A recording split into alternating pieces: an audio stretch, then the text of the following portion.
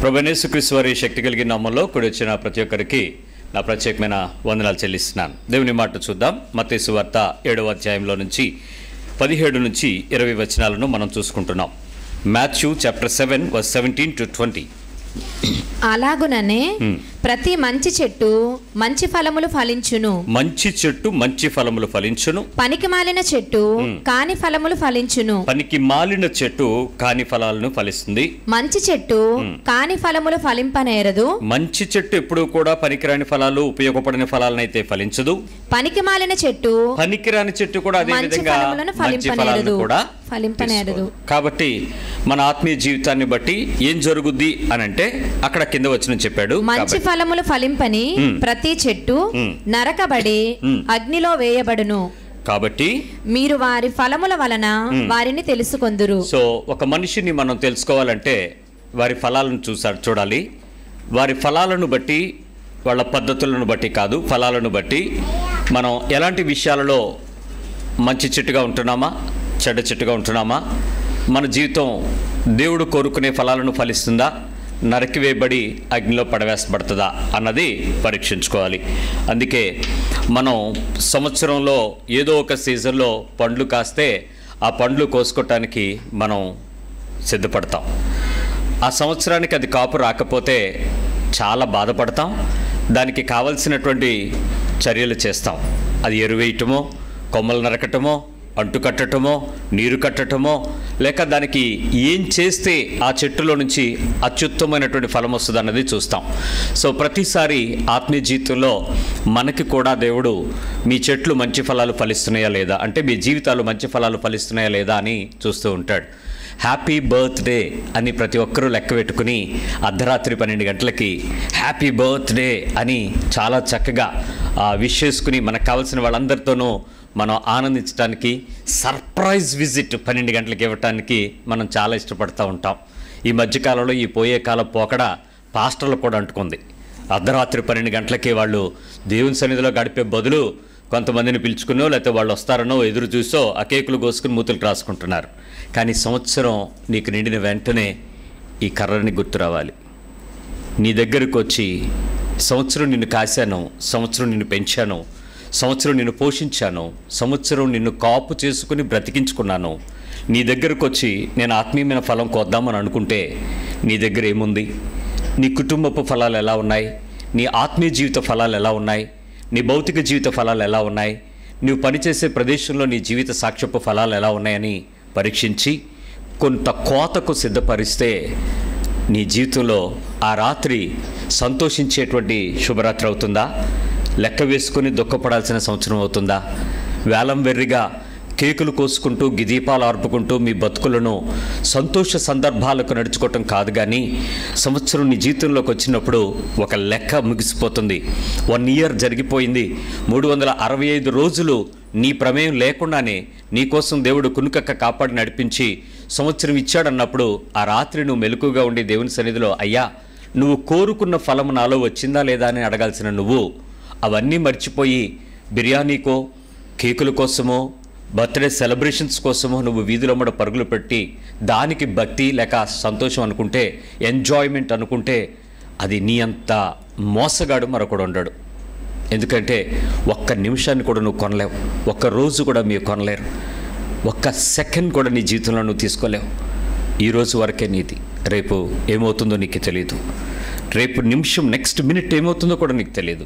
అలాంటి దేవుని కాపుదల కింద బతుకుతున్న నీ దీనత్వాన్ని నిజంగా ఆయన కొయ్యటం మొదలు పెడితే ఎలా వస్తాయి కోత? పరీక్షించుకో. ఈరోజు మొన్న కిందటి ఆదివారం కొన్ని విషయాలను మనం పరీక్షించుకున్నాం. ఈ వారంలో మరికొన్ని విషయాలలో మనం మంచి ఫలాలు ఫలిస్తున్న స్థాయిలో ఉన్నామో లేదో ఒకసారి పరీక్షించుకుందాం. గడిచిన వారం మనం ఈ కోసుకునేటువంటి కోత సమయంలో మనం ఎక్కడి వరకు వచ్చామంటే, ఒక్కసారి నేను రిపీట్ చేస్తున్నాను, గమనించండి. మొట్టమొదటిగా నువ్వు ఎన్ని రెట్లు ఫలించావు? బైబిల్లో 3 పద్ధతులు ఉన్నాయి. మత్తయి సువార్తలో 30, 60, 100 రెట్లు. మార్కు సువార్తలో 100, 60, 30 దిగుతున్న రెట్లు. లూకా సువార్తలో మీరు 100% ఫలించాలి అన్నాడు. అంటే ఒక్కొక్క మనిషి యొక్క ఫలవంతమైనటువంటి జీవితం డైరెక్ట్గా నేను 100% ఫలించాలి అనే దాని మీదే గనక నీవు ఆత్మీయ జీవితపు పెట్టుబడినే గనక పెట్టుకోగలిగితే నిశ్చయంగా దానికి తగ్గ ఫలాలు వస్తాయి. లేదు నేను ఏదో బతుకుతున్నాను, మాకు దేవుడు తెలుసు, మేము చిన్నప్పటి నుంచి క్రైస్తవులమే, మా చర్చి పెద్ద చర్చి, దాని మీద పెద్ద గంట ఉంది, మా పాస్టర్ గారు రెవరెండ్ డాక్టర్, లెఫ్ట్ రైట్, ఆ పైన కింద బిషప్, ఈ అయ్యి, వీటన్నిటి వల్ల నువ్వు ఒక క్రైస్తవుడిగా ముద్ర వేయబడతావేమో కానీ క్రీస్తు యొక్క సంబంధిగా నీ జీవితం పట్ల దేవుడు పోషిస్తున్న పద్ధతికి తగ్గ ఫలము మన దగ్గర నుంచి వస్తుందా లేదా అనేది చూసుకోకపోతే నీ క్రైస్తవ జీవితమే వృధా అయిపోతుంది. ఈరోజు మీరు తమాషాగా పెద్ద సంఘంలో ఉన్నారనే సంతోషాన్ని నువ్వు అనుభవించవచ్చు గాక, కానీ రేపటి దినం ఆయన కనికరము లేదు, ఆయన తీర్పు ఎదుట ఏ రకంగా కూడా నిన్ను క్షమించలేడు. అందువలన నువ్వు బాధపడాల్సి వస్తుంది. కాబట్టి ఎలాంటి ఫలింపు ఉంది? రెండవది, నీలో దేవుని మాటలకు లోబడ్డానికి ఏమైనా ఆటంకాలు ఉన్నాయా? దేవుడు చెప్తాడులే, పాస్టర్ గారు చెప్తారులే, వాళ్ళు అలాగే చెప్తారులే అని లోబడటానికి ఏమైనా కొన్ని విషయాలలో ఆటంకాలు నీ ఆత్మీయ జీవితంలో ఏమైనా ఆటంకపరుస్తున్నాయా? సాధారణంగా ఇలాంటి విషయాలు తల్లులు తప్పు చేస్తే పిల్లలని ఆ తప్పు చేయటానికి కావలసిన పద్ధతుల్లో సమర్థిస్తారు. అందువలన వాళ్ళకు కూడా దేవుడు అనంటే ఆ తీవ్రత, దేవుడు అంటే ఆసక్తి, దేవుడు అంటే భయం, 3 ఉండవు. ఈ 3 ఉండకపోతే మీరు భక్తి చేసుకుని మీరు ఒకరోజు మారు మనసు పొంది మీరు వెనక్కి వచ్చేటప్పటికి ఒక 5 ఏళ్ళో 10 ఏళ్ళో పడుతుంది తల్లిగా తండ్రిగా. ఆ టైంకి పిల్లలు ఎదుగుతూ ఉండేటప్పుడు మీ జీవితాన్ని చూస్తారు కదా, అప్పటికే మీలో మారు మనసు లేని జీవితం ఉండడాన్ని బట్టి ఇప్పుడు నువ్వేదో భక్తి చేసి చేయమని చెప్తే చాలే, నీ వయసు వచ్చేటప్పుడు చేస్తాం, ఎలా పలా లేదేంటి, ఈ వయసులో మమ్మల్ని ఎలా చేయమంటావు, మాకు ఈ వయసు అంతా ఎంజాయ్ చేయాల్సిన వయసు అని జారిపోతారు. కారణం ఎవరయ్యారు?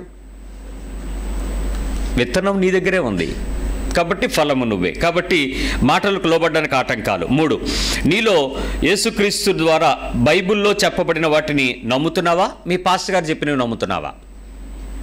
పాస్టర్ గారు చెప్పే మాటలు అంటే మేము చెప్పే మాటలు నమ్ముతున్నారా, బైబిల్లో ఉన్న మాటలు నమ్ముతున్నారా? కానీ వాస్తవానికి చాలామంది బైబిల్కి ఫ్యాన్స్ ఉండరు, పాస్టర్లకే ఫ్యాన్స్ ఉంటారు. ఈ ఫ్యాన్లు లైట్లు అన్నీ ఎవరికి? మా అయ్యగారిని ఏమనంటే ఫేస్బుక్లో కొంతమంది యుద్ధం చేసే వీరులు ఉన్నారు. మా అయ్యగారిని అంటావా అని లేచిపోతారు అంతే. అయ్యగారు ఏమంటున్నాడు, అది బైబిల్లో ఉందా లేదా అని చూసేంత ఓపిక, తీరిక, సమయం వాళ్ళకు ఉండవు. మనలో కూడా చాలామంది ఫ్యాన్స్ వ్యక్తులుకా, కపర్లుకా, దేవుని మాటకా, దేవునికా? నెంబర్ 4, నీ హృదయంలో యేసు ప్రభు తెలిసిన తర్వాత నీకు లాభం వచ్చేలాంటి చెడ్డ నీతి పనులు ఏమైనా చేస్తున్నావా? నీకు లాభం కలిగించడానికి కోసం, నీవు ఉపయోగపడడానికి, నీవు ఏదో పొందుకోవాలనే ఆశతో సంపాదించుకోవటం కోసం దేవుని పక్షంగా ఆ చెడ్డ నీతి అని తెలిసినా కూడా వాటిని చేయడానికి ఎక్కడైనా ప్రేరేపించబడుతున్నావా? అంటే పశ్చాత్తాపం లేకుండా, బాధపడకుండా, కనీసం విచారం వ్యక్తం చేసుకోకుండా కూడా ఆ తప్పుని పర్వాలేదు అని సమర్థించుకుంటూ సంతోషంగా చేసే పనులు చెక్ చేసుకోండి. బయటకు కనపడరు కానీ లోపల చాలా ఉంటాయి. అది ఒక చిన్న ఉదాహరణ చెప్తాను. మ్యారేజ్ చాలా చక్కగా అయిపోయింది, అత్తగారు కోడలతో మాట్లాడట్లేదు, ఇంటికి వచ్చేసింది. ఎందుకు మాట్లాడట్లేదు అని అడిగితే, ఈ కుటుంబం నుంచి మా కుటుంబ గౌరవానికి తగ్గ కావిళ్ళు స్వీట్లు తేలేదు, అందుకని నన్ను కోడలతో మాట్లాడలేదని చెప్పింది. ఆ స్వీట్స్ తీసుకురావలేదని చెప్పి అత్తగారు కోడలతో, అంటే ఇప్పుడు కోడలుగా నీ ఇంటికి వచ్చినప్పుడు మొట్టమొదటిగా ఆమె వెతికేది అమ్మని. ప్రతి కోడలు నీ ఇంటికి వచ్చి వెతికేది తల్లిని వెతుకుద్ది. దొరుకుద్దా? అత్త కనబడద్దా? రెండోది తండ్రిని వెతుకుద్ది. నాన్న కనపడతాడా, మామ కనపడతాడా? అన్నను వెతుకుద్ది. బావగారు కనపడతారా, అన్న కనపడతాడా? తమ్ముడిని వెతుకుద్ది. మరిది కనపడతాడా, తమ్ముడు కనపడతాడా? చెల్లిని వెతుకుద్ది. ఆడపడుచు కనపడద్దా, చెల్లి కనపడద్దా? చెక్ చేసుకోండి మీ జీవిత ఫలాలు. అంటే నిర్లజ్జగా ఏ విషయంలో కూడా మాకు సంబంధం లేనట్లుగా ఒక వ్యక్తిని చూస్తూ అన్నీ విడిచిపెట్టి, అందరినీ విడిచిపెట్టి నీ కుటుంబంలోకి వచ్చిన తర్వాత మనం చేసే పనులు, పద్ధతులు, అంటే ఈ స్థాయిలో ఇరుపక్షాల మధ్యలో ఉండే పరిస్థితి ఏంటి? ఇది ఒక పేజీకి ఒకవైపు అయితే, దానికి రెండో వైపు వచ్చి రాగానే వీళ్ళందరినీ ఒక విలన్ బాక్స్లోకి తీసుకొస్తుంది ఆమె. వీళ్ళందరూ విలన్స్. ఇదిగో మీ అమ్మ ఎలాగా, మీ నాన్న ఎలాగా, మీ అక్క ఎలాగా, మీ తమ్ముడు ఎలాగా. ఇక భర్త దగ్గరికి వచ్చేటప్పటికే రోజంతా ఈ ఇంటి గురించినటువంటి కంప్లైంట్ బాక్స్లో నింపితే భర్తకి నిజమా అబద్ధమా తెలియని పరిస్థితి అయిపోద్ది. ఎందుకు ఈ రకంగా? వాళ్ళు స్వతంత్రం కోరుకునేటువంటి స్త్రీలు. తల్లిదండ్రుల పెంపకం సరిగా లేదు, అందువలన ఈ ప్రదేశంలోకి వచ్చి వాళ్ళు రుబాబు చేసి కుటుంబాలను పాటు చేసుకుంటారు. అది ఇక్కడే జరుగుతుంది. అంటే చెడ్డ నీతి పనులకు స్వలాభాన్ని వెతుక్కునే పరిస్థితి. చాలా జాగ్రత్తగా జీవించండి. నెంబర్ 5, నీ ఇంట్లో లేక నీ ఒంట్లో యేసుప్రభుకు వ్యతిరేకమైనవి పర్వాలేదు అనేవి ఏమైనా ఉన్నాయా? ఏం అవదలే, పర్లేదులే, పర్వాలేదు. కొన్ని తప్పులు చేసేటప్పుడు మనకేం పెద్ద సీరియస్గా అనిపించదు, పర్వాలేదు అనిపించదు. సింపుల్ ఎగ్జాంపుల్, ఈ పాప తలకి చక్కగా ఆ పైన చూడండి, చక్కగా ఇది ఏమంటారు జడ వేసింది. ఆ జడకి ఒక 4-5 రంగులు మెలికలు ఏవి తిప్పేసింది. మీరు జడలో అల్లుకోమనుంది, కానీ జడలో అల్లుకోవడం అలంకారంగా ఉండొచ్చా?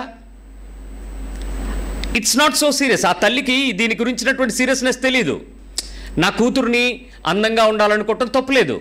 ఆవిడ వేసుకుంటే ఆవిడ వేసుకోదు. ఎందుకు? ఆ అందం ఆ కూతురులో చూసుకుంటుంది. వేసుకోవడానికి ప్రయత్నం చేస్తాం. అంటే కొన్ని విషయాలు పర్వాలేదు, నాట్ సో సీరియస్. ఎవడు చూస్తాడు? తల కప్పేస్తాంగా, తల గుడ్డ కప్పేస్తాంగా.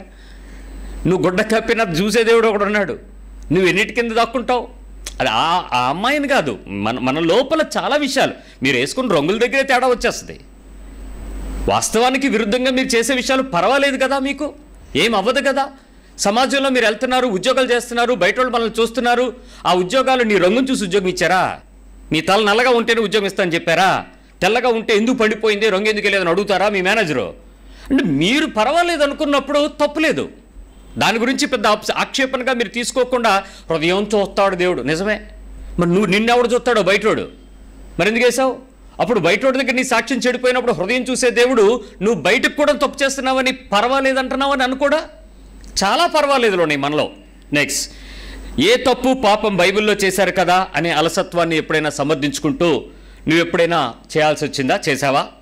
బైబిల్లో ఉంది కదా, బైబిల్లో చేశారు కదా, బైబిల్ అన్నారు కదా, కాబట్టి అంటే ప్రతిదానికి కారణం కూడా ఎవరు? మళ్ళీ బైబిల్ చూపించి బైబిల్లో నుంచి విషయాలను బట్టే ఏమైనా ఉన్నాయా? నెంబర్ 8, నీ స్వంత నీతిని పరిశుద్ధ నెంబర్ 7, శరీరానికి ఆత్మకు విభజించినప్పుడు ఎవరు గెలిచారు? ఇక్కడ ఆగాం. Fight between body and spirit. శరీరమునకు లోపల ఆత్మ ఉన్నాడు, ఆత్మకు ఆలయముగా శరీరం ఉంది. మీ శరీరము దేవుని దేవాలయం అనియు దేవుని ఆత్మ దానిలో నివసిస్తున్నాడనియు మీరు ఎరుగరా? 1 కొరింథీ 3:16 చెప్తాడు. కాబట్టి మన శరీరంలో ఉండేటువంటి ఆత్మకు నీ శరీరానికి మధ్యలో ఉండే ఆ బ్యాటిల్ ఆఫ్ ఫైట్ ఎప్పుడైనా చూసారా? మార్క్స్ వార్త 14:38. మార్క్స్ వార్త 14:38.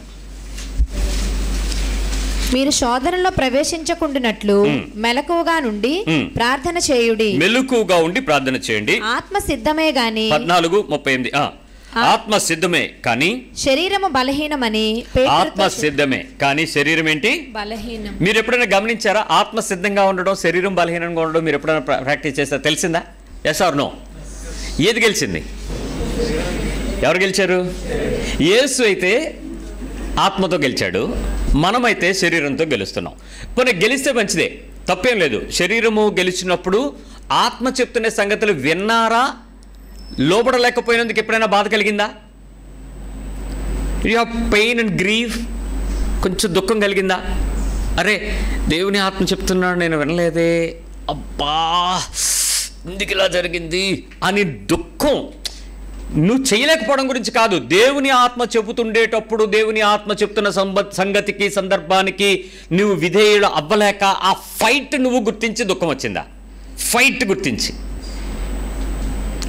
ఆ ఫైట్ గుర్తించినప్పుడు ఏ సందర్భాల్లో నీవు ఆ పోరాటం దగ్గరికి వచ్చేటప్పుడు ఎవరిని గెలిపించడానికి ప్రయత్నం చేస్తున్నావు? ఆత్మ చెప్తున్న సంగతులకా శరీరం చెప్తున్న సంగతికా? అంటే ఈ రెండింటికి ఫైట్ జరుగుతుండేటప్పుడు దేన్ని మీరు బాగా పోషిస్తారు? దేనివైపు మీరు ఓటేస్తారు? ఎవరి పక్షంగా మీరు ఉంటారు? శరీరమే. శరీరం పక్షంగానే ఉంటారు. శరీరం పక్షంగా ఉండేటప్పుడు మీరు ఒక మాట గుర్తుపెట్టుకోండి, ఆత్మ సిద్ధమే కానీ శరీరము. దాని పై వచనం చదువునా? అదే వచనం, మళ్ళీ అదే వచనం. శోధనలో ప్రవేశించుకున్నట్లు. ఒక్క నిమిషం, సింపుల్ థింగ్. అక్కడ ఒక పదం ఉంది, మెల్లకువ. అండర్లైన్ చేయండి ఆ పదం, మెల్లకువ. మీ బైబిల్లో మీరు దాన్ని చక్కగా అండర్లైన్ చేసుకోండి. మెల్లుకువ, ఓకే, అంటే అలర్ట్నెస్, రైట్? మెలకువకు ఆపోజిట్ పదాల్లో 4 చెప్పండి. బద్ధకం, రైట్ వర్డ్, బద్ధకం. ఇంకా బద్ధకానికి రకరకాల విషయాలు. బద్ధకానికి చేరబడచ్చు, నిద్రపోవచ్చు, బద్ధకానికి ఇంకా కొన్ని పనులు ఉన్నాయి, అవన్నీ చేయొచ్చు. బద్ధకం, నిద్ర, తర్వాత నిర్లక్ష్యం, ఇంకొక పదం ట్రై చేయండి, సోమరితనము, మెలకువకు, ఓకే సోమరితనం, రైట్. ఇంకా మీరు రాసుకోండి, అశ్రద్ధ, ఇంక ఇవన్నీ. మెలకువగా ఉండండి అని చెప్పిన వెంటనే వచనం చెప్పాడు. అంటే అసలు ప్రాబ్లం ఏంటి? మీరు ఆత్మలో మీరు బలహీనంగా ఉండడానికి, అంటే ఆత్మ చెప్తున్న సంగతికి సిద్ధమవుతుండగా శరీరం బలహీనం అవడానికి కారణం ఏంటి అని అంటే అలర్ట్గా లేకపోవడం, మెలకువగా లేకపోవడం. విషయం ఏంటంటే మీరు మెలకువగా ఉంటే వెంటనే చేస్తారు, కానీ సమస్య మీరు మెలకువగా ఉండకపోవటం వలన ఆ ఆత్మ చెప్పే సంగతికి మీకు మధ్యలో కొంత ఫ్రీక్వెన్సీ గ్యాప్ ఏర్పడుతుంది. జస్ట్ ఎగ్జాంపుల్ చెప్తాను. ఈ ప్రోగ్రాంలో ఈ టైంలో నౌ ఇట్ ఈస్ 7:46 PM. ఈ టైంలో ఇక్కడ నుంచి నేను మాట్లాడుతున్న ఈ లైవ్ మీరు ఫోన్లో చూసేటప్పుడు 7:47.5 48 ఈ మాట అక్కడ వస్తుంది. ఏమవుతుంది? ల్యాగ్, ఈ డిలే, ఇట్స్ ఆల్ ట్రాన్స్మిషన్. ఇక్కడ నుంచి మేము లైవ్లో యూట్యూబ్లో డేటా పంప్ చేస్తే అది మళ్ళీ సర్వర్కి వెళ్ళి సర్వర్ నుంచి డౌన్లోడ్ అయ్యి మీ లోకల్ నెట్వర్క్ వచ్చి లోకల్ ఏరియా నెట్వర్క్ రౌటర్ నుంచి మీ దగ్గరికి రిసీవ్ చేసుకుని ఈ ల్యాండ్ ప్రాసెస్ అంతా జరగడానికి it takes a delay, right? Alert అనేది మీకు సిగ్నల్ వచ్చినప్పుడు మీ మనస్సుకు మీ శరీరానికి క్విక్గా అందిస్తాడు. ల్యాగ్ ఏర్పడినప్పుడు బద్ధకం స్టార్ట్ అవుతుంది. ఆ ల్యాగ్ ఎన్ని స్ప్లిట్ మినిట్స్, స్ప్లిట్ సెకండ్స్లో ఉంటుందంటే దాని పర్యవసానం మీరు కోలుకోలేనంత ఉంటుంది. స్పందించటానికి మీరు ఎంత క్విక్గా స్పందిస్తే అంత క్విక్గా మీరు శరీరాన్ని జయిస్తారు. స్పందించడానికి మీరు ఎంత డిలే చేస్తే అంత ల్యాగ్ అవ్వడం వల్ల అంత కాన్సిక్వెన్సెస్ పెరుగుతాయి. ఇది matter of lag is only minutes, seconds, milli micro seconds. మీరు అర్థం చేసుకోవాల్సింది ఇదే. అంటే ఎంత మెలకుగా ఉండాలి చెప్పండి. మెలకు అంటే మీరేమనుకుంటున్నారంటే నిద్రకు ఆపోజిషన్ అనుకుంటున్నారు. రాత్రి 3 గంటల వరకు మెలకుగా ఉన్నాను, నిద్ర పట్టలేదు, అది కాదు. మీరు నిద్రపోతున్నా, మీరు మామూలుగా ఉన్నా, తింటున్నా, బెడ్రూమ్లో పడుకున్నా, బాత్రూంలో స్నానం చేస్తున్నా, వంట చేస్తున్నా, మీకు వచ్చే సిగ్నల్ ఆఫ్ వేవ్ని మీరు ఎంత క్విక్గా క్యాప్చర్ చేయగలిగింది మీ నెట్వర్క్, అది ఇంపార్టెంట్. మీ బాడీ సిగ్నల్ ఇస్తున్నటువంటి స్పిరిట్ని ఎంత తొందరగా తీసుకుంటుంది. ఆ సెకండ్ కనుక మీరు పట్టుకుంటే మీరు ఎప్పుడు బద్ధకస్తులు అవరు, సోమరిపోతులు అవరు, నిర్లక్ష్యం చేయరు, అశ్రద్ధ కలిగి ఉండరు, చాలా మెలకువతో పనిచేస్తారు. దాని పర్యవసానం ఏంటో తెలుసా? అద్భుతము అంటే అది అద్భుతము. మీరు అడుగుతున్నారు సార్ అద్భుతం కావాలి నాకు అని అంటే అది అద్భుతం. ఆత్మ చెప్తున్న సంగతి శరీరానికి ఫ్రీక్వెన్సీని ట్యూన్ చేసి ఒకే సిగ్నల్ వేవ్ లెంత్లో మీరు కనెక్ట్ అయితే అద్భుతం జరుగుద్ది. ఆ అద్భుతము లాజర్ని బయటికి తీసుకురావచ్చు. కొండ వెళ్ళి సముద్రంలో పడంటే పడిపోద్ది. చెట్టు వెళ్ళి నాటుకో, సముద్రంలో నాటుకో అంటే నాటుకుంటుంది. అక్కడ మీరు ఆపరేట్ చేసే ఫెయిత్కి, ఆత్మ చెప్తున్న సంగతికి మీరు ఓపెన్ అయ్యి మాట్లాడగలిగే నీ నోటి మాటకులోంచి వచ్చే విశ్వాసం. It's a small things. మీరు ఈరోజు యేసు ప్రభు నామంలో ప్రార్థన చేస్తున్న అనేకులు టచ్ అంటే పడిపోతున్నారంటే ఏమో జరుగుతుంది అనుకుంటున్నారు. ఏం కాదు, అంత బోటకం. అది చాలా సింపుల్ థింగ్స్. అది పడిపోతే ఆత్మ ఏమీ కాదు. వాస్తవ విషయంలో నీ శరీరానికి ఆత్మకు సిద్ధపాటును తీసుకురాగలగటమే వాక్యమే, అంతేకాని మిగిలిన ఏం పనికిరావు. ఆ ఒక్క విషయాన్ని మీరు కనెక్ట్ చేసుకోండి. నెక్స్ట్ ఈరోజు 9వ విషయంకి వస్తున్నాను, 8వ విషయంకి వస్తున్నాను. నీ స్వంత నీతిని దేవుని యొక్క ఆత్మ ఎప్పుడైనా ఆటంకపరచడం నువ్వు చూసావా? Point number 8. నీ స్వంత నీతిని, నీవు నచ్చిన పనిని నువ్వు చేయటానికి, నీకు కావాల్సిన పనిని నువ్వు చేయటానికి దేవుని ఆత్మ, అంటే దేవుడు తెలిసి, రక్షణ తెలిసి, ఆత్మ తెలిసి, వాక్యం తెలిసి, సహవాసం తెలిసి, ఉపవాసం తెలిసి దేవుని కొరకు సువార్త చేయటం. ఈ మధ్య ఊరి మీద 4 మంది ఎక్కువైపోయారు, తిరుగుడు ఆత్మ పట్టినోళ్ళు. సువార్త అంట, వీళ్ళు జీవితాలు కట్టుకోరు, దేవుని మాటను బట్టి నడవరు, వాళ్ళ విశ్వాస జీవితంలో పౌరుషం కలిగినటువంటి సాక్ష్య జీవితం ఉండదు, కానీ సువార్త ఉంటుంది. అంటే వాళ్ళ ఆశ అంతే సువార్తని. కానీ అలాంటి వ్యక్తులు ప్రజలను రక్షించగలుగుతారేమో కానీ వాళ్ళ రక్షణ కోల్పోతారు. మీ తిరుగుడు వల్ల ఇతరులు రక్షణ పడతారు, మీరు మీ ఆత్మనాశనంలోకి తీసుకెళ్తారు.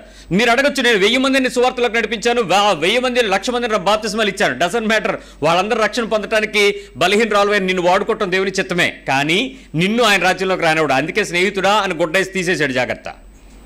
అది నువ్వు భయపడాల్సిందే. ఇక్కడ వాస్తవానికి వస్తున్నాను. అపోస్తుల కార్యాల గ్రంథం 16వ అధ్యాయము ఒక చిన్న ఉదాహరణ చెప్తాను మీకు. Acts 16:7. అపోస్తులు 16వ అధ్యాయంలో 7వ వచనంలో జరిగిన ఒక సంఘటన చూద్దాం. యేసు యొక్క ఆత్మ వారిని వెళ్ళనీయలేదు. వీళ్ళు ఆసియాలో వాక్యం చెప్పకూడదని పరిశుద్ధాత్మ వారిని ఆటంకపరిచినందున. ఎవరు ఆటంకపరిచారట? మీరు 6వ వచనంలో ఉంది. మాసిదోనియాకు వెళ్ళటానికి పౌలుకు ఒక విజన్ ఉంది, ఒక దర్శనం ఉంది. అక్కడికి వెళ్ళాలి, వాళ్ళందరికీ సువార్త చెప్పాలి, వాళ్ళందరికీ క్రీస్తుని చూపించాలనేటువంటి ఒక మంచి ప్రేరేపణ. మంచి ప్రేరేపణే. సువార్త చెప్పడం మంచి ప్రేరేపణ కాదా? ఒక వ్యక్తిని దేవుని దగ్గరకు నడిపించడం అనేది మంచి ఉద్దేశం కాదా? అలాంటి మంచి ఉద్దేశం కలిగి వెళ్ళటానికి సిద్ధపడుతున్న సమయంలో ఆసియాలో మీరు వాక్యం చెప్పకూడదని పరిశుద్ధాత్మ వారిని ఆటంకపరిచినందున వారు ఫ్రుగియా, గలతియా ప్రదేశముల ద్వారా వెళ్ళిరి. మూసియా దగ్గరకు వచ్చి బితూనియా వరకు వెళ్ళుటకు ప్రయత్నం చేసిరి, కానీ యేసు యొక్క ఆత్మ వారిని వెళ్ళనీయలేదు. అంతటా వారు మూసియను దాటిపోయి త్రోయకు వచ్చేశారు. ఇక్కడ నిజంగా ఇలాంటి అనుభవము మీలో ఎంతమంది కలగచ్చు? ఎంతమంది కలిగి ఉన్నారు? మీరు సింపుల్గా చెప్పే విషయం మీకు అర్థమవుతుంది ఏంటంటే, కొన్నిసార్లు మీరు వెళ్దామని మీరు రెడీ అవుతారు, ఎందుకో వద్దు అన్నట్టు లోపల అనిపిస్తూ ఉంటుంది. వద్దు వద్దు వద్దు వద్దు అనిపిస్తూ ఉంటుంది. నిజానికి వద్దు అనిపించేటువంటి మాట చెప్పేటప్పుడు మీరు 2 అనుభవాలు కలిగి ఉంటారు. మీ ఇంట్లో దేవుడు ఉంటాడు, సాతాను ఉంటాడు. Yes or no? నా వైపు చూడండి. మీ ఇంట్లో దేవుడు ఉంటాడు, సాతాను ఉంటాడు. భార్యకు దేవుడు ఉంటాడు, అప్పుడు భర్తలు ఎవరు ఉంటారు? సాతాను ఉంటాడు. వాళ్ళకి ఎలా ఉంటుందంటే, మీరు మామూలుగా భార్య ఏదైనా చేద్దాం అనుకుంది అనుకోండి, భర్త అప్పుడు ఇప్పుడే ఎందుకు అంటాడు. వెంటనే సాతానా. ఎవరు సాతాను? ఇప్పుడు ఆటోమేటిక్గా ఇంట్లో భర్తే సాతాను అవుతాడు. ఎందుకంటే అది మేల్ జెండర్ కదా, సాతానికి. ఫీమేల్ జెండర్ కాదు, మేల్ జెండర్. అందుకని మీరు మేలే సాతాను అని చెప్పేస్తూ ఉంటారు. సింపుల్. మీరు రాత్రి 9:30 అయింది, మీరు బయలుదేరడానికి సిద్ధపడుతున్నారు. ఫస్ట్ మాట ఏమొస్తుంది వెనక నుంచి? ఈ టైంలో ఎందుకు? ఏమవుద్దని? ఏమైనా అవ్వాలనా, అవ్వకూడదనా? అవ్వుద్దనా, లేకపోతే అది ఏమన్నా దేవుని ఆత్మస్వరమా? మనకు బేసిక్గా ఇంట్లో దేవుడు దయ్యం అంటే ఇయే. చేద్దాము అనగానే ఇప్పుడు ఎందుకు? వెనక్కి తీసేదేమో సాతాను అనిపిస్తుంది. ఎందుకంటే నీ ఆలోచనకు, నీ ఉద్దేశాలకు అది విరుద్ధమైనదిగా. చేద్దాము, చెయ్యాలి అనేటువంటి ప్రేరేపణ బలముగా శరీరక ప్రేరేపణ కావచ్చు, ఆత్మ ప్రేరేపణ కావచ్చు. కానీ ఆ టైంలో నెగిటివ్స్ అన్నిటినీ మనం ఏం చెప్పుకుంటాం? సాతాన్ ప్రేరేపణగానే తొక్కేసుకుంటూ ఉంటాం. ఏదైనా జరగకూడదు, చిన్నది ఏదో జరిగింది అనుకోండి, వెంటనే ఏమంటాం? అప్పుడు ఆయన దేవుడు అవుతాడు, నువ్వు సాతాన్ అవుతావు. నేను చెప్పాను. ఇక్కడ సమాధానం మీరు అర్థం చేసుకోవాల్సిన విషయం ఏంటో తెలుసా? వీళ్ళు వద్దన్నారు, ఒక ఆయన వద్దన్నాడు, వీళ్ళు వెళ్ళారు, ఏదో జరిగిన తర్వాత ఈ వ్యక్తికి వచ్చే బలం ఏంటి చెప్పండి? బలం ఉంటుందా, ఉండదా? స్ట్రెంగ్త్ దొరుకుద్దా లేదా ఈ వ్యక్తికి? ఆ స్ట్రెంగ్త్ ఏమంటాడు? నేను అందుకే నా మాట వినమన్నాను, అందుకే బైబిల్లో పురుషులకు లోబడమని చెప్పింది. ఎక్కడెక్కడికి వెళ్ళిపోతాడు? ఇవన్నీ ఆత్మే. వాస్తవానికి నీ బలము వాళ్ళకి ఏదైనా అవుద్దా, అయితే బాగుందని కూడా ఎదురు చూసిందా? చూడలేదా? కొన్ని పనులు మనం వద్దంటాం, వాళ్ళు చేస్తారు. అయ్యిందా, మంచిగా అయ్యిందా, నాకు తెలుసు నీకు అవుద్దని. నాకు తెలుసురా అది అవ్వదని. అంటే ఏంటి దీని అర్థం? నీకు తెలుసు అవ్వదని, ముందు నీకు తెలుసా నిజంగా? ఇదే సమస్య. ఏంటంటే ఇవి భౌతికమైన విషయాలలో ఆ నెగిటివ్ ప్రాసెస్ ఆఫ్ థింకింగ్ అనే దానిలో మనిషి యొక్క ఆత్మను ఉపయోగిస్తూ దేవుని పేరు చెప్పేస్తాడు, దేవుని అడ్డం పెట్టేస్తాడు. ఇక్కడ జరుగుతున్న సందర్భంలో ఒక ప్రదేశానికి వెళ్ళాలన్నప్పుడు వెళ్ళకూడదు అనే ఆటంకం అనేది ఆత్మ ద్వారా జరిగినప్పుడు ఆ ప్రత్యక్షత నీ వ్యక్తిగత జీవితంలో ఎప్పుడైనా జరిగిందా? పర్సనల్ లైఫ్లో ఎప్పుడైనా ఎక్స్పీరియన్స్ చేశారా? వెళ్ళడానికి మీరు చేసే ప్రయత్నం మాత్రమే కాదు, చూడొద్దు, వినొద్దు, మాట్లాడొద్దు, తీసుకోవద్దు, ఉండొద్దు, లేచిపో, కదులు, ఉండు, వెళ్ళు. నీ పర్సనల్ లైఫ్లో నీవు చేసేటువంటి స్వంత ఉద్దేశాన్ని దేవుని యొక్క ఆత్మ ప్రతిసారి ఆటంకపరచాలని కోరుకుంటాడు. ఎందుకో తెలుసా? నీ ఆలోచనకు దేవుని ఆలోచనకు, ఆకాశమునకు భూమికి ఉన్నంత ఎడమున్నది, తూర్పుకు పడమరకు ఉన్నంత దూరం, అంత వ్యత్యాసం ఉంది.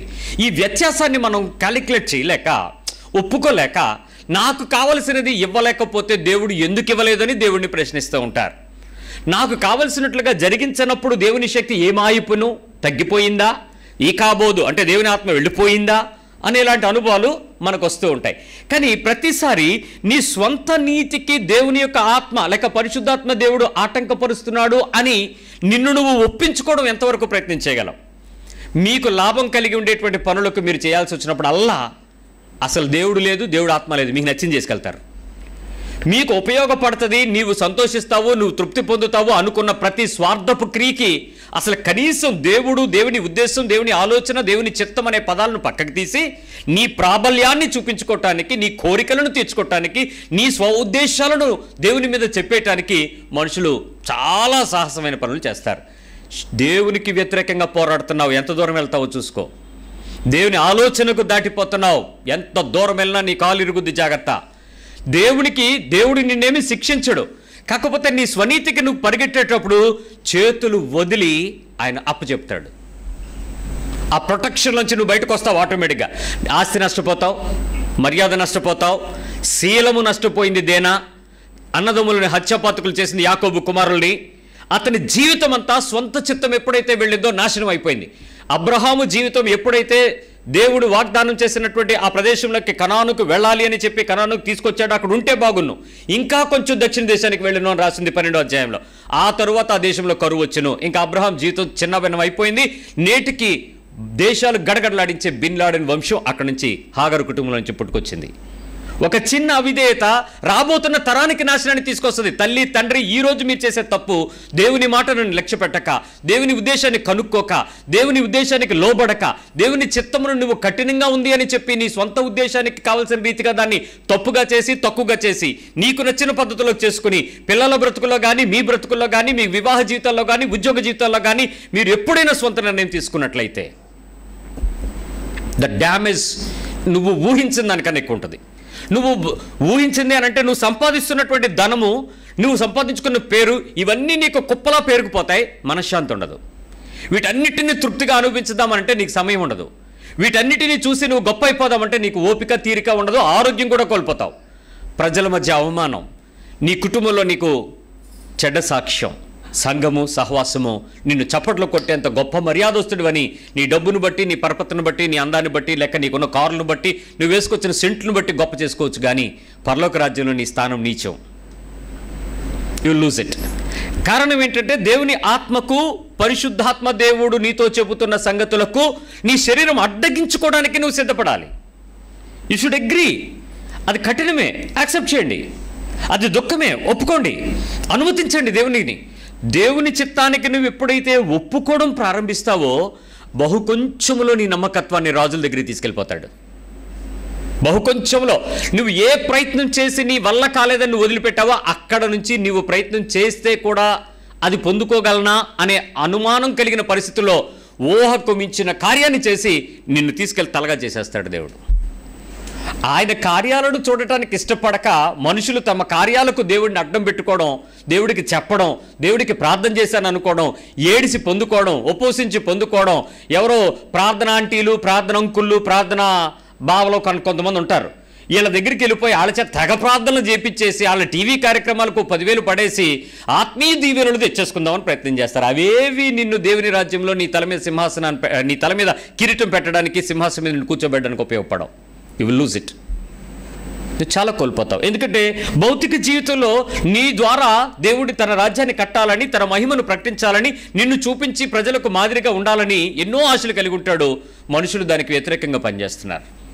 అందుకే నీవు వెళుతున్న మార్గంలో నీ శరీరానికి సంబంధించిన నీ స్వంత నీతిని పరిశుద్ధాత్మ దేవుడు ఆటంకపరుస్తుండడం నువ్వు గుర్తించి, ప్రభువా ఇప్పుడు ఏం చేయాలి అని అడగాలి.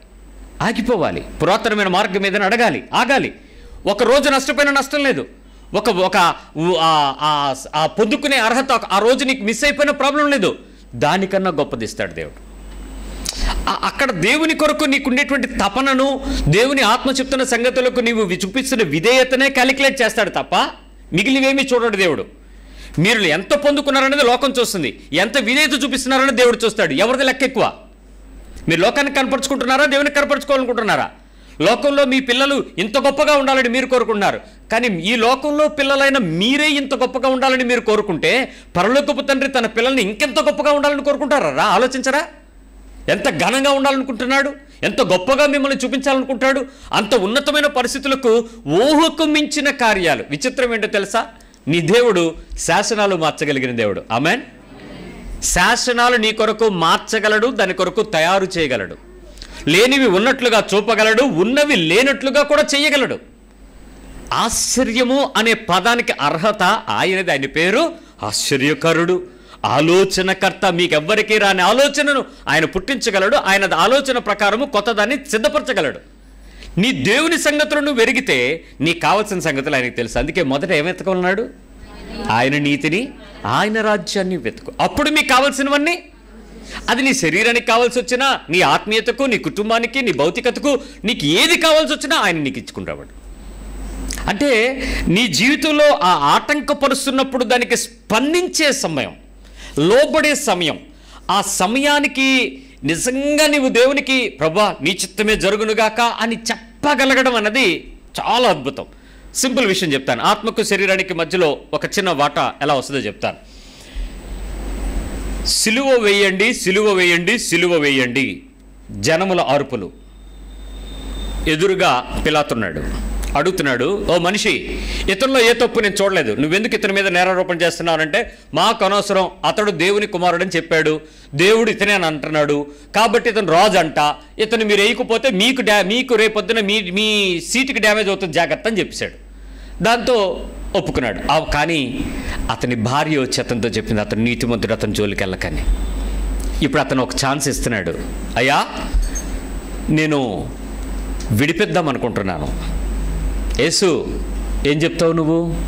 నేను నిన్ను రిలీజ్ చేద్దాం అనుకుంటున్నాను అని అడిగాడు. మీరు అదే ప్రదేశంలో ఊహించుకోండి ఒకసారి. మీ మీద ఏమైనా రాజ్యభారము, లోకమాపము ఏమి లేవులేండి, మీరు మామూలుగా ఉన్నారు.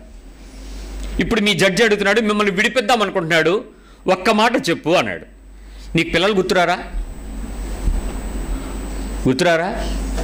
బీరువా తాళాలు ఎక్కడ పెట్టావు గుర్తురావా?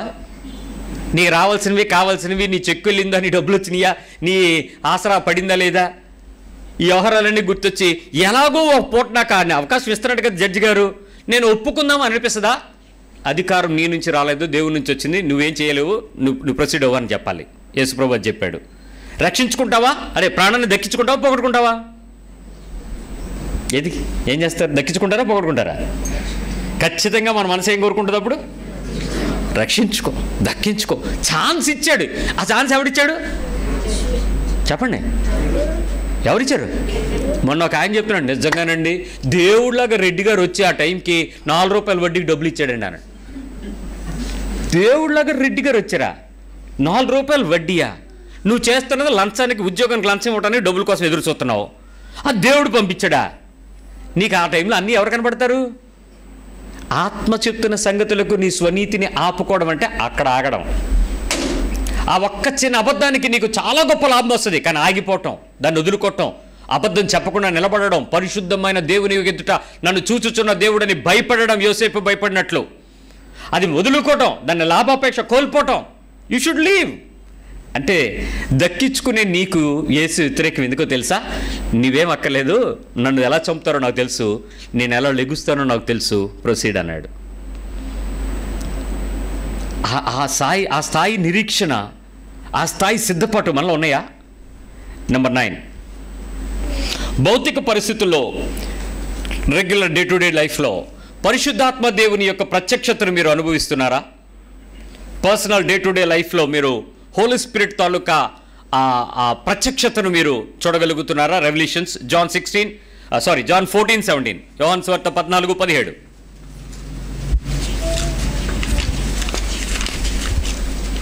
లోకము ఆయనను చూడదు. నెంబర్ 1 ఏంటట? లోకం ఆయనను చూడదు, ఆయనను ఎరుగదు, కనుక ఆయనను పొందనేరదు. మీరు ఆయనను ఎరుగుదురు. ఆమేన్. ఏం కావాలి? ఏంటి? లోకము ఆయనను ఎరుగదు, లోకము ఆయనను చూడదు, ఎరుగదు. మీరు ఆయనను ఎరుగుదురు. మీరు ఆయనను అండర్లైన్ చేసుకోండి. మీరు ఆయనను, మళ్ళీ చెప్తున్నాను, మీరు ఆయనను ఎరుగుదురు. లోకము ఆయనను ఎరగదు, మీరైతే ఆయన్ని ఎరుగుదురు. ఆత్మారమ్ము, ఇదా తెలిసింది? ఆత్మారమ్మ. దిగిరా దిగిరా దిగిరా, మా మధ్యకు దిగిరా, మా మీదకు దిగిరా అని చప్పట్లు కొట్టి కేకలేయటం ఆత్మ తెలియడం. లోకమునకు తెలియదు, నీకు తెలుసు. నిజంగా నీకు తెలుసా? Really do you know the holy spirit? పరిశుద్ధాత్మ దేవుడు అదే మరి నీకు తెలియాల్సిన ప్రత్యక్షత ఏంటంటే పరిశుద్ధాత్మ దేవుని యొక్క ప్రత్యక్షత నీకు తెలియాలి. ఆయన చెప్పాడు ఎల్లప్పుడూ మీతో ఉండడం కాదరణకర్త, అప్పుడప్పుడు కాదు. ఏది ఆదివారం చర్చకు వచ్చినప్పుడు పాటలు పాడి డ్రమ్ములు కొట్టినప్పుడు సైడ్ డ్రమ్ కొడితే ఒక ఆవిడకి విపరీతంగా వచ్చేస్తుందంట. వెంటనే నా డ్రమ్ తీసి బయటపడిసాడు. ఆ రోజు ఆవిడ హాయిగా కూర్చొని పాటలు పాడుతుంది. ఇప్పుడు పిలిచాడుగా నీకు ఆత్మ రాలేదని, డ్రమ్ లేదు కదా అంది. అదే ఆత్మ డ్రమ్ ఆత్మ. ఒక ఆవిడ చెప్తుంది, అయ్యా ఆయన రాలేదా ఏమండి, ఆయన పాడితే ఆత్మ దిగొచ్చేద్దా నా మీదకి, ఆయన ఆత్మేమో. ఇలా కొంతమంది వర్షిప్ లీడర్స్ ఉంటారు, వాళ్ళ పేరు worship leaders, worship practice, worship coaching, worship training centre కూడా తయారైంది విజయవాడలో. Training centre. దేవుని ఆరాధించడానికి ఆత్మతో ఆరాధించాలా, ట్రైనింగ్తో ఆరాధించాలండి? ట్రైనింగు, కోచింగు, మ్యూజిక్, దానికి స్కేలు, సౌండ్ సిస్టము, డీజేలు, దానికి సింగరు, దానికి మేల్ సింగరు, ఫిమేల్ సింగరు, కోరస్లు, యూనిఫాములు, దాని వెనకాతలంతా ఏంటి లైట్లు, జిలుగులు అవసరమా? ఆత్మతో సత్యంతో అంటే దాని అర్థం ఏంటి తెలియట్లేదు. అంటే ఎరగరు. ఎరిగేదేంటి?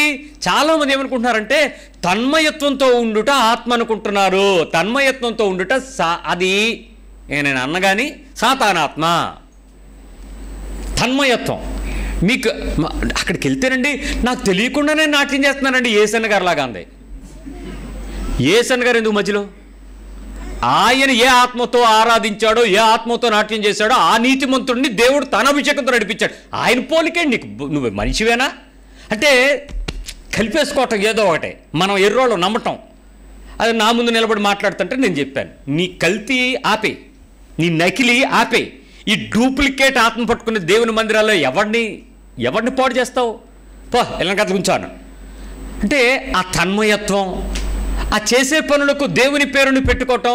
It is not that knowing spirit. పరిశుద్ధాత్మను తెలుసుకోవటం అది కాదు. లోకము ఎరగనేది మీకు తెలిసిందేదో ఉంది. అది తెలుసా మీకు?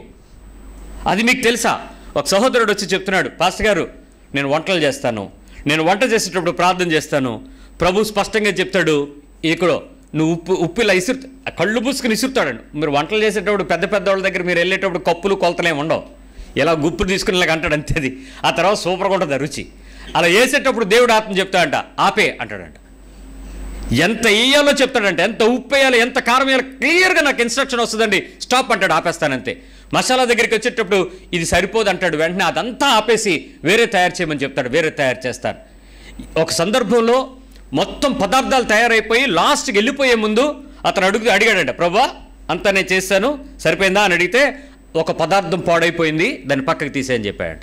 వెంటనే రెండో పదార్థాన్ని తయారు చేస్తున్నప్పుడు ఆ ఓనర్ గారు వచ్చి అడిగాడు, బుర్రలేదా నీకు, వడ్డించే ముందు నువ్వు ఇది తయారు చేస్తున్నావు అంటే అది పాడైందని దేవుడు చెప్తున్నాడు. ఆల్రెడీ అది సర్వింగ్కి వెళ్ళిపోయింది, బయటికి ఆ పై అంతస్తులు మేడ మీదకి వెళ్ళిపోయింది. అది పాడైందని దేవుడు చెప్తున్నాడు, సార్ నేను ఎందుకని ఇక్కడ తయారు చేస్తున్నానండి. ఒక్క నిమిషం అని చెప్పి పరిగెత్తుకుంటూ వెళ్ళి ఆ పదార్థాన్ని చూసేటప్పటికి అది పాడైపోయింది. అతను కిందకు వచ్చి అంటున్నాడు, ఏ దేవుడురా నీతో ఉన్నాడు, ఏంట్రా నువ్వు చెప్పే విషయాలు? దేవుని ఆత్మ ఎరిగినవాడు లౌకికమైన, లోక సంబంధమైన, ఇష్టపూర్వకమైన, శరీర సంబంధమైన విషయాల వైపు మనసు పెట్టడు. ఎంత ఆరాధన చేస్తారో, ఎంత ప్రార్థన చేస్తారో, ఎంత ఉపవాసం ఉంటారో, వాళ్ళు లౌకికమైన విషయాల మీద కూడా అంతే పోరాటంతో కొన్నిసార్లు చేస్తూ ఉంటారు. అది దేవుని ఆత్మతో నడిపింపు కాదు, అది కేవలము ఒక రకమైనటువంటి భావోద్వేగపు ఆత్మ మాత్రమే. పరిశుద్ధాత్మ దేవునిని నువ్వు ఎరిగినట్లయితే నీతిని గూర్చియో పాపమును గూర్చియో ఒప్పుకుంటూ ఉంటాడు. ఆ మనిషి నీతి చేయటానికి దేవునికి ఇంకా ఇంకా ఇంకా ఇష్టంగా ఉండడానికి ప్రయత్నం చేస్తాడు.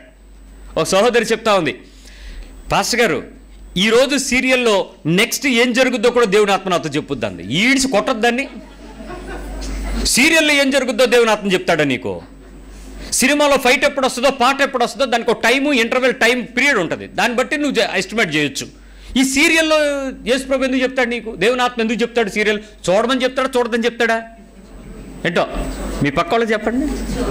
కార్తీక దీపం అక్కడే ఉంటుంది, నువ్వు 5 నెలల తర్వాత చూసినా కూడా ఆ కప్పు అక్కడే ఉంటుంది, నువ్వేం కంగారు పడక్కర్లే. కానీ చూడకపోతే, బిగ్ బాస్లో ఆ డ్యాన్స్ చూడకపోతే, ఆ సొల్లు వినకపోతే, ఆ క్రికెట్ చూడకపోతే, ఆ విషయాల్లో మనం వెళ్ళి ఆత్మ ఆత్మ ఆత్మ.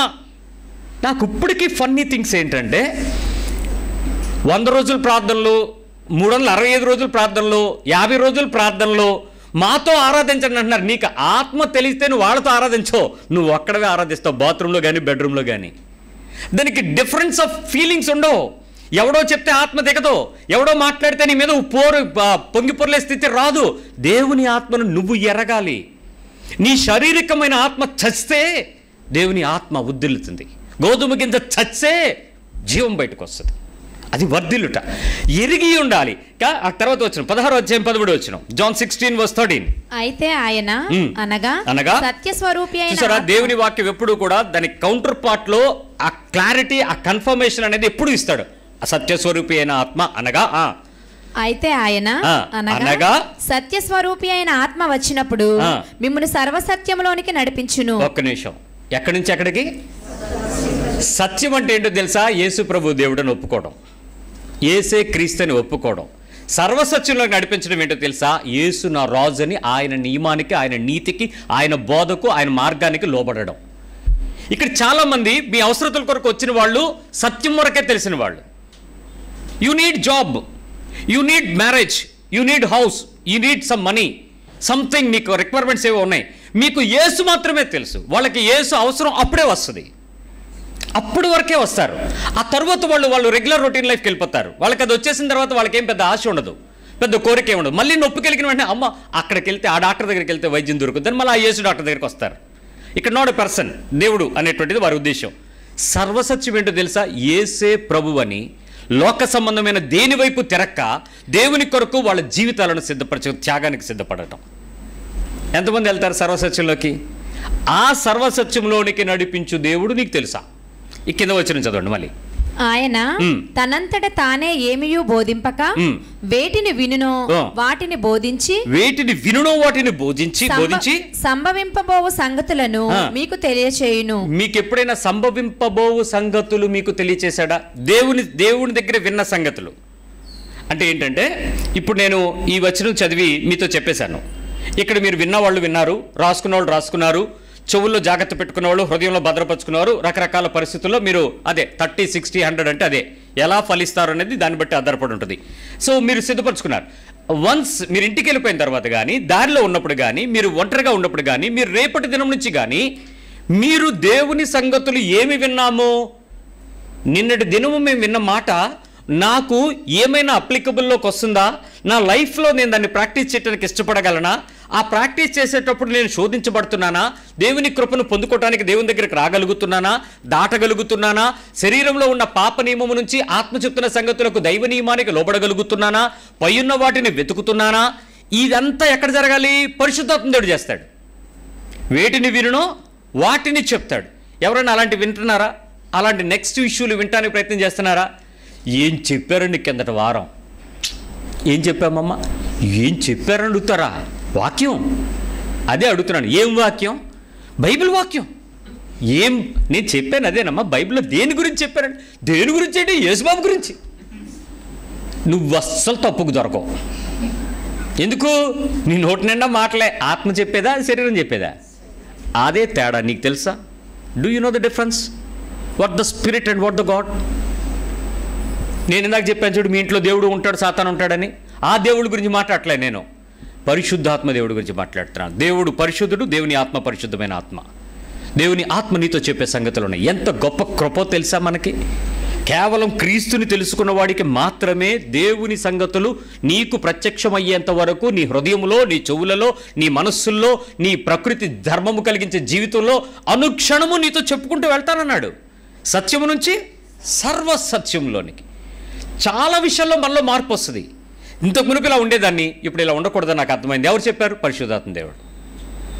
ఇంతకు మునుపు నేను వాక్యం వినేటప్పుడు ఇలా చేశాను, ఇప్పుడు ఇది కాదని నాకు అర్థమైంది. దీని ఇంకా సత్యంలోకి, ఈ సత్యం నుండి సర్వసత్యంలోకి వెళ్ళేవాళ్ళు ఏం నేర్చుకుంటున్నారో తెలుసు. ఇప్పుడు యేసు ప్రభు మనిషి, దేవుడు కాదు అనే బోధ అంటున్నారు. అది సత్యం నుంచి సర్వసత్యంలోకి వెళ్ళడమా, సత్యం నుంచి నరకానికి వెళ్ళడమా, అబద్ధంలోకి? ఇది పోయే కాలం. కడవరి దినాలలో ఏర్పరచబడిన వాళ్ళు సైతం ఏం చేయబడతారు? మోసగించబడతారు. కాబట్టి నువ్వు పట్టుకున్న విశ్వాసాన్ని కడమట్టుకు నమ్మకంగా, దృఢముగా, ఎప్పుడు వెనక్కి తిరిగిపోకుండా పట్టుకోవాలి. యేసు క్రీస్తు, యేసు దేవుడు, యేసు క్రీస్తు రక్షకుడు. That's all. దానిలో ఇంకో మాట లేదు. నీ హృదయం అంతటిలో సత్యము నుంచి సర్వసత్యంలోకి, ఆ తీవ్రతలోకి వెళ్ళటానికి ఏమైనా తిప్పలు పడుతున్నావా లేదా? ఒకసారి జ్ఞాపకం చేసుకో. తర్వాత 14వ వచనం. ఆయన నా వాటిలోనివి తీసుకొని మీకు తెలియచేయును గనుక నన్ను మహిమపరచు. ఎవరు? యేసుక్రీస్తు. పరిశుద్ధాత్ముడు ఎవరిని మహింపరుస్తాడు? దేవుని మహింపరుస్తాడు. అందరూ కూడా దేవుని స్తోత్రం చెప్పండి. చప్పట్లు కొట్టండి. ఎవరు కొట్టారు? ఇప్పుడు చప్పట్లు దేవుడికి కొట్టారా నాకు కొట్టారా? ఆ పదం దేవుడు, ఇప్పుడు చప్పట్లు నాకు. రాజకీయ నాయకుడికి ఎవడో తక్కువ కావట్లేదు ఈ పాస్టర్లు ఈ మధ్య. ఎక్కడ చూసినా మహిమ దొంగతనం చేయటానికి ప్రయత్నమే. చాలా పెద్ద బ్యానర్ వెనకతల అంత పెద్ద బొమ్మ. ఒక ఆవిడ నన్ను అడిగింది, అయ్యా యేసుబాబు అంటే ఆయనేనా అని. ఎందుకంటే ఆ పాస్టర్ కూడా గడ్డం ఉంటుంది. ఆ పక్కన వాళ్ళ ఆవిడ ఉంది. అది నాకు సంతోషం కలిగింది. యేసుబాబు ఎందుకు అవుతాడు, పక్కన పెళ్ళ ఉంది కనపడలా అన్నాను. అంటే అయితే కాదా అన్న. కాదండి. మరి అక్కడ యేసుక్రీస్తు అని రాసి ఉంది బాబు. నువ్వు అదొకటే చదివావా? ఎందుకంటే చదువు కన్నా బొమ్మ బిగ్గరగా ఉండేటప్పుడు ఏది కనపడుతుంది మనకి? అదే కనపడుతుంది.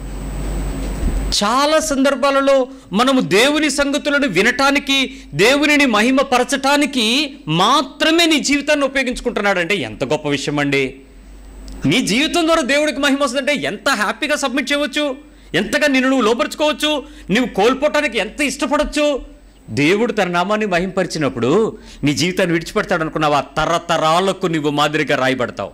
ఆ సర్వ పుస్తకంలో ఆ పరిశుద్ధ గ్రంథం తెరవబడినప్పుడు ఆ పుస్తకంలో నీ పేరు గొప్పగా రాయబడి ఉంటుంది. పరలోకంలో నువ్వు వెళ్ళినప్పుడు దేవదూతలు లేచి నీకు నీకు వెల్కమ్ చెప్తారు.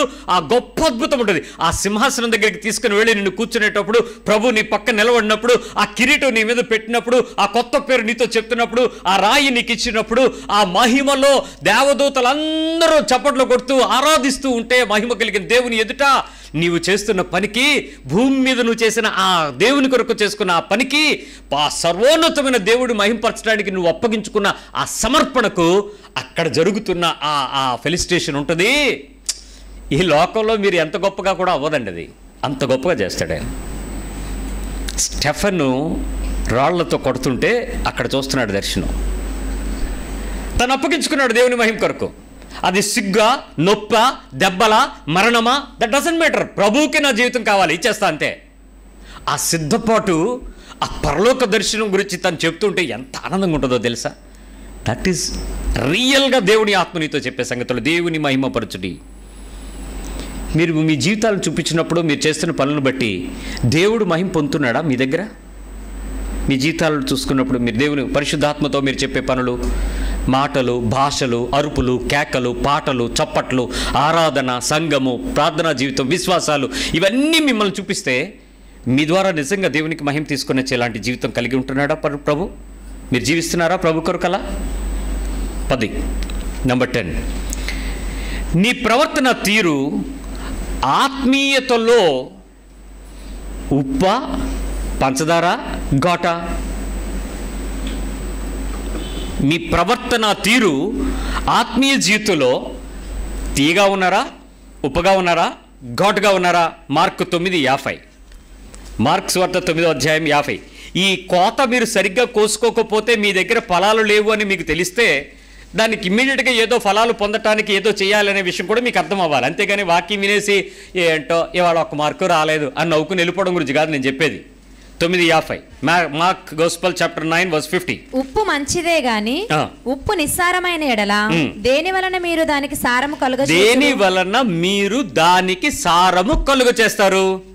మీలో మీరు ఉప్పు సారము గలవారయ్యుండి, మీలో మీరు ఉప్పు సారము గలవారయ్యుండి ఒకరితో ఒకరు సమాధానముగా ఉండుడని చెప్పెను. ఇప్పుడు 2 ఉన్నాయి ఇక్కడ. 1 ఉప్పు, 2 సారము, 3 ఉన్నాయి. ఇంకోటి సమాధానము. 3 చెప్పండి. అక్కడ ఏమన్నా? ఉప్పు, సారము. నేను మొన్న అమ్మ ఉప్పు కావాలంటేను మా కింద డిపార్ట్మెంటల్ షాప్ ఉంటే అక్కడికి వెళ్ళి ఉప్పు తీసుకొచ్చాను. ఏం ఉప్పు తెచ్చావురా అని. ఉప్పే తెచ్చాను అన్నాను. ఎంత వేసినా ఉప్పు అవ్వట్లేదని నేనేం చేయను? దానికి ఏం లేదు, ఉప్పుకి సారం లేదు. అప్పుడు ఏం చేయాలి? దానికి వేపమన్నాను, కొంచెంసేపు వేపు ఉప్పు అన్నాను. ఇక్కడ ఉంది కదా అగ్నివల్ల కలుగు చేయనని. ఉప్పుకు సారం అగ్నివల్ల కలిసి అంటే ఉప్పు తీసుకెళ్ళి నిప్పులు ఎత్తేమో పట్పట్ చట్పట్ చట్పట్ అంటది. అప్పుడు మీరేమంటారు? దిష్టి బాగా తగిలింది అనుకుంటారు. ఉప్పు దాని లక్షణం అది, దానికి దిష్టి ఏంటి, అది పటపటలాడుతుంటే దాని మీద ఎంటుకలు ఎత్తే మన ఎంటుకలు పటపట మనవా, దానిలో ఉండేది ప్రోటీను ఖచ్చితంగా ఉంటాయి. దాని మిరపకాయలు, ఈ 3 ఘాటే ఉంటాయి. ఇప్పుడు అర్థం చేసుకుని మీరు ప్రయత్నం చేయండి. ఈ ఉప్పు, వెంట్రుక, ఘాటు ఒక వ్యక్తి జీవితము నుంచి మరొక వ్యక్తి జీవితం మీదకి వెళ్ళిపోయిన ఘాటైన స్థితిని దెగదుడిసి తీసి పారేస్తే ఆ వ్యక్తి మీద నుంచి వచ్చినటువంటి ఆ నెగిటివ్ పవర్ పోయింది. ఇది అదిష్టు సారం. ఇప్పుడు చెప్పు, ఆ ఉప్పు నీదే ఎవరిదేనా? ఆ ఘాటు నీదేనేమో, ఆ సూపు మాట్లాడరే కాదా? సరే, నేను ఎందుకు ఆ మాట మాట్లాడడం. ఇక్కడ చెప్తున్న మాట ప్రకారం 50వ వచనం ప్రకారం ఉప్పు మంచిదే. Yes or no? ఉప్పు సారము మంచిదే. ఇంతకీ ఉప్పు మంచిదే అంటే ఏంటి? ఉప్పు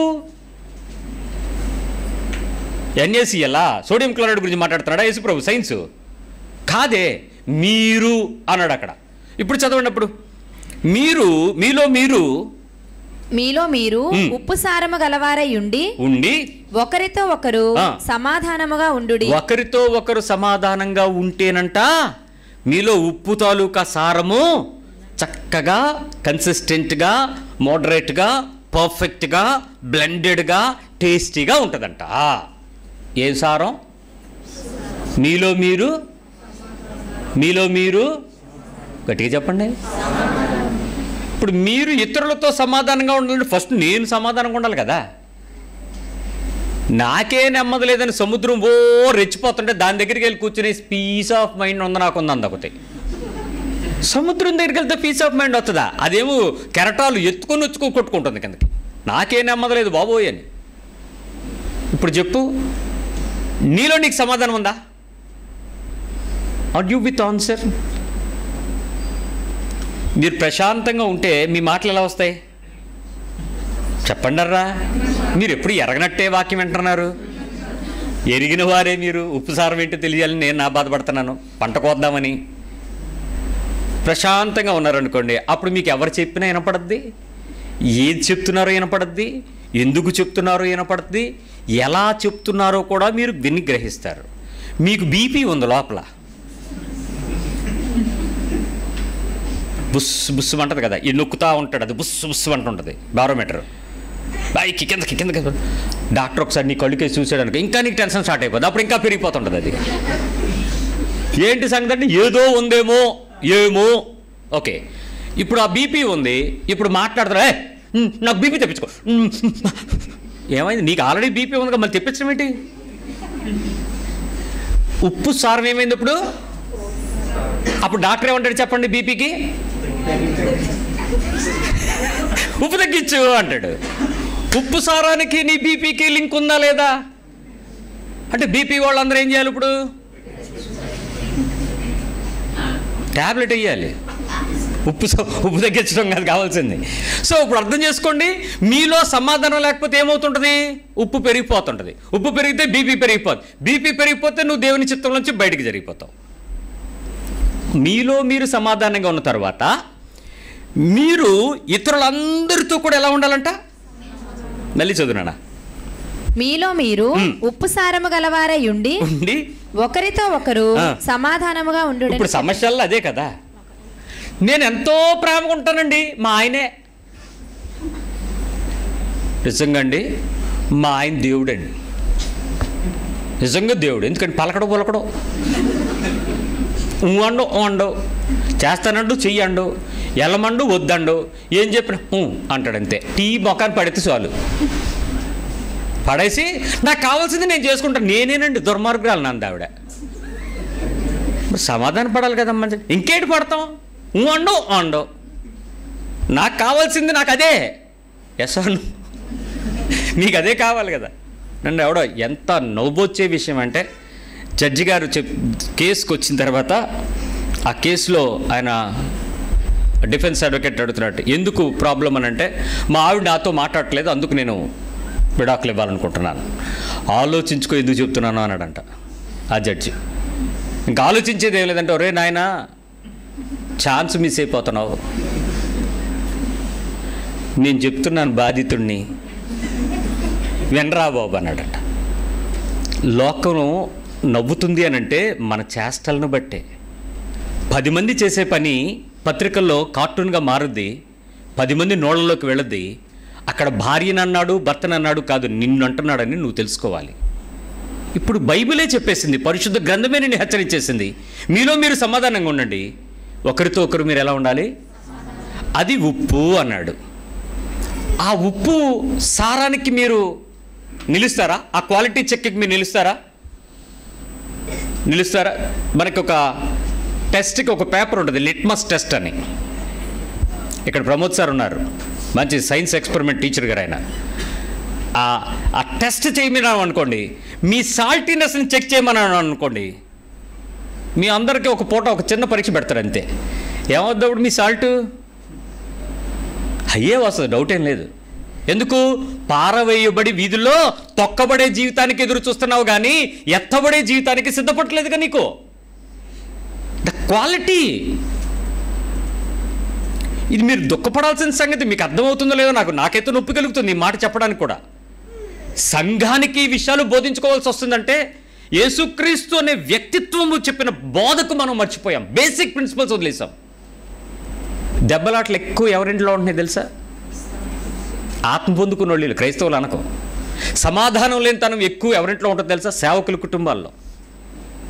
ఆత్మీయత అనే ముసుగు కింద జరిగే ఈ క్రైస్తవ్యపు జీవితాలు అనేక మంది మధ్యలో ఈ ముసుగులో బతుకుతున్నారు. వాస్తవం అది కాదు, ఆ రియల్ లైఫ్ అది కాదు. అదే చెప్తున్నాడు, మీ ప్రవర్తన తీరు ఆత్మీయతలో తీయగా ఉందా, ఉప్పుగా ఉందా, ఘాటుగా ఉందా? What is your taste? మీ పక్క వాళ్ళని అడగండి, నీ టేస్ట్ ఏంటని. భయం వేసిందే వాళ్ళు ఏమైనా చెప్తే. మీ టేస్ట్ మీకు తెలీదు, నా టేస్ట్ ఏంటో మీకు తెలుసా అని అడగండి వాళ్ళని. పక్క వాళ్ళని అడగండి, నా టేస్ట్ మీకు తెలుసా అని. దాని అర్థం ఏంటి తెలుసా? నా గురించి నువ్వేమనుకుంటున్నావని. వాళ్ళు ఏమనుకుంటు, ఈడు యాదవా, ఈడ పనికి మాలినోడు, ఈడ అమ్మో ఎన్ని ఫీలింగ్సో నీకు. ఒక్క పూట సహవాసం చేస్తే, పూట ఎందుకులే, ఒక గంట చాలు. మనకి ఏమంటుకుంటుందో చెప్పండి? ఆత్మీయత పాపమా? నీ పక్కన నీతో ఉంటే ఆత్మీయమైనదే అంటుకుంటుందా? ఇంకేదైనా అంటుకుంటుందా? ఇల్లు ఖాళీ చేస్తుంటే ఆ పంచులో ఉన్న 15 మంది అడ్డం పడి, అమ్మా నువ్వు వెళ్ళటానికి వీల్లేదు, ఇంటికి ఓనరమ్మ అద్దె పెంచింది, మేమందరము కూడా తలకు 100 రూపాయలు వేసుకుని నీ అద్దె మేము కడతాం, నువ్వు వెళ్ళడానికి వీల్లేదని ఒక ఇంటి ఆవిడని ఆపేశారు. ఈ పరంభక్తురాలు ఎవరికీ చెప్పకుండా వెళ్ళిపోయి ఇల్లు చూసేసింది, ప్రార్థన చేసేసింది, అడ్వాన్స్ ఇచ్చేసింది, వచ్చి ఇల్లు ఖాళీ చేస్తుంటే ఆ వీధిలో ఉన్న ఆ పంచలో ఉన్న 14-15 ఇళ్ళు ఒప్పుకోలేదావండి, పోతలేదు బయటికి.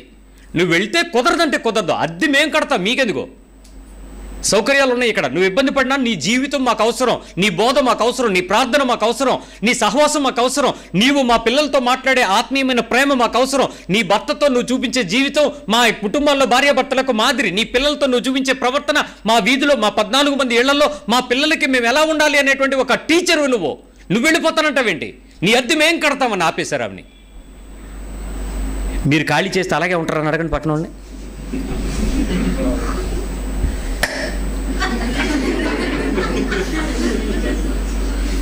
కొబ్బరికాయ తిప్పి కొట్టేద్దాటి.